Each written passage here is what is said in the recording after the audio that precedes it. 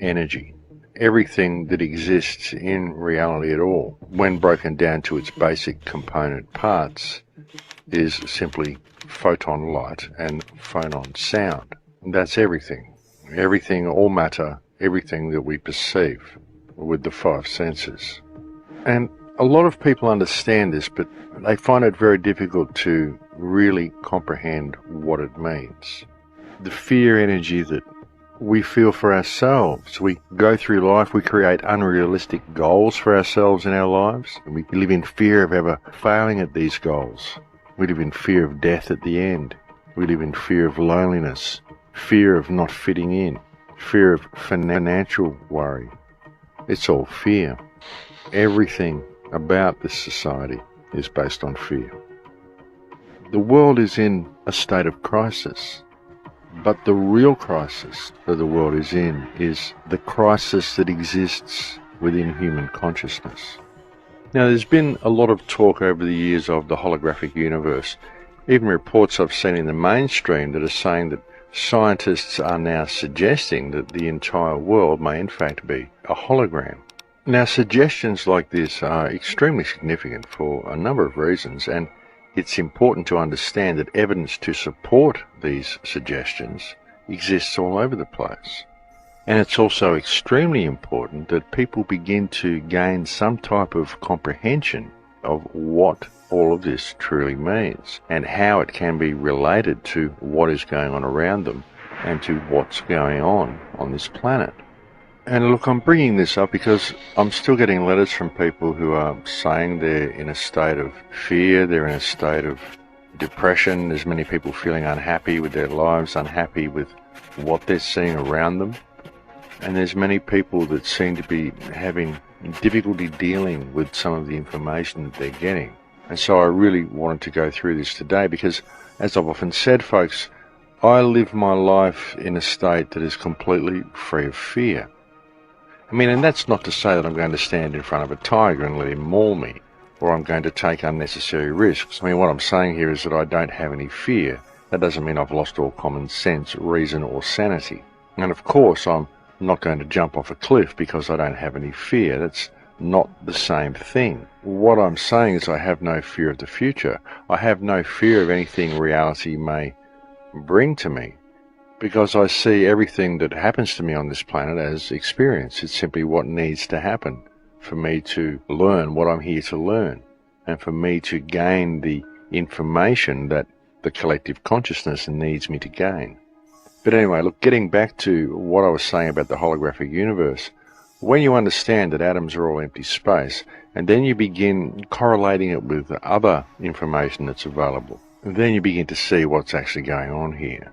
And you begin to see that what we experience as reality is a mathematical construct. It's quite literally a program that is based on our perception of reality. And that perception is very, very influenced by the information we are presented with. If this is a mathematical construct, which it really does appear to be, and it is literally a program, then how does it run? Well, when you understand how everything is simply photon light and phonon sound, that atoms are empty space, and then you start looking into the structure of DNA and the properties of electromagnetism, things become a little bit clearer. Now, I've often mentioned to you the work of people such as Dr. Bruce Lipton, who has very adequately explained how cell membranes work and how they literally download an electromagnetic signal from the surrounding field. And it would appear that this is how your consciousness accesses the biological water-based computer that is your body. It's literally downloaded from the surrounding energy field into that body. And that is the vehicle that is used for you to experience this reality. And the recent studies into water that clearly demonstrate that water has memory also goes a long way to explaining how this procedure works, because there's all the information that is needed to run the operating system. There is all the data that is needed in order to create reality, to create life. All of the information, all of the memory exists within the water. And your body is a water-based organism. So all of this information, all of this memory, all of this RAM drive comes into your body. Your body is virtually the operating system, and your consciousness is downloaded into it via your cell membranes. The frequency that is downloaded is determined via the structure of your DNA, which is what makes you, you. And this is how the program runs, and this is how reality operates. And when the collective consciousness believes reality to be what we see before us, then that, of course, is what we experience, because it's programmed into the water via the collective experience and the collective belief of those that have come before. Now, this may seem all very strange to people who have never really looked into this sort of thing, but then you can see that this hypothesis is also supported by the physical makeup of matter itself. Understanding, of course, that physical matter is, as I said, simply made up of different vibrating energies of photon light and photon sound, but the way it forms into matter itself is all based on sacred geometric principles. Everything is sacred geometry. What is geometry? Geometry is basically mathematics using shapes, if you really want to look at it. So here we have a mathematical geometric construct that creates all matter, no matter how chaotic this matter may appear to be. Whether you're looking at the chaos of a tree, the chaos of a cloud, the chaos of a waterfall, the chaos of a field of grass.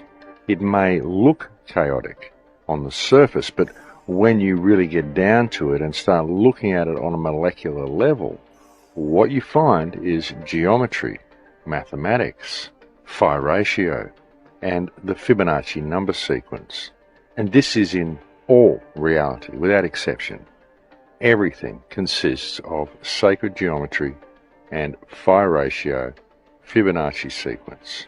So if this is really a random construct, if this is really a natural evolution, something that was brought about by nature through a random series of chemical events, then why is it not more random? Why does it contain set mathematical formulas that exist within everything? And of course, the only obvious answer to this question is because reality itself is a mathematical construct. As Max Planck, the founder of quantum physics, said, we can only assume that there is a conscious and intelligent mind behind the matrix, the force that makes up all matter. So this is definitely not as far-fetched as many people may perceive it to be, nor is it a new idea. In fact, science has been slowly realizing what reality is for a very long time now.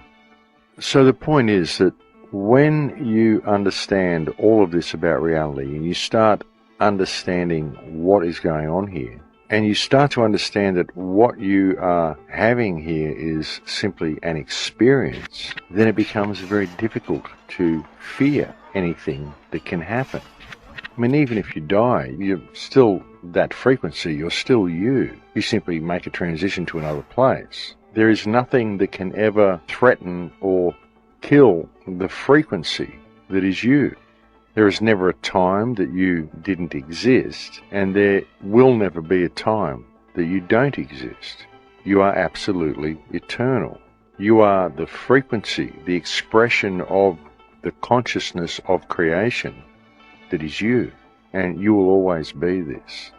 The problem is that we have been taught that reality follows certain rules and exists in a certain way, and we have been taught to fear reality.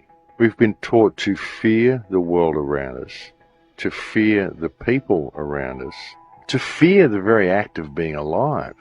It's just the fact that we have to pay to be alive. This whole system's been constructed to keep us in a state of fear virtually since birth, well, since being a very young child anyway. As soon as we're old enough to really start taking the world in and perceiving it for what it is, we begin to be educated in the ways of fear and in the realities, or so-called realities, of our world, when really what we are subject to is indoctrination into a fictional system.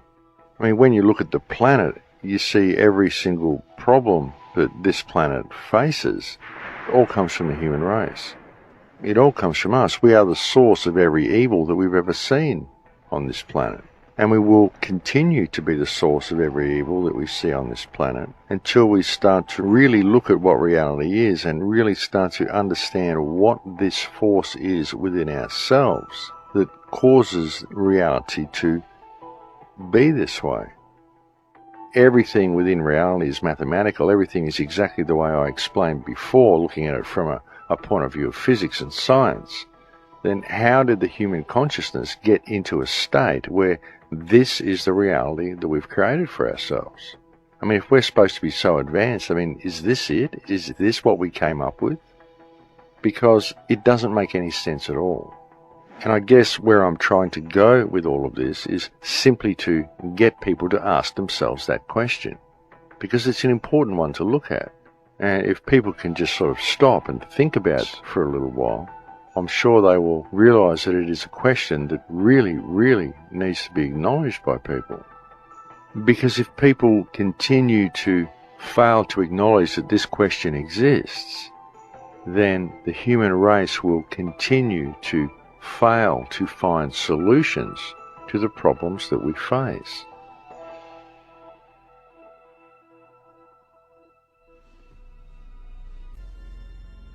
Do not try and bend the spoon.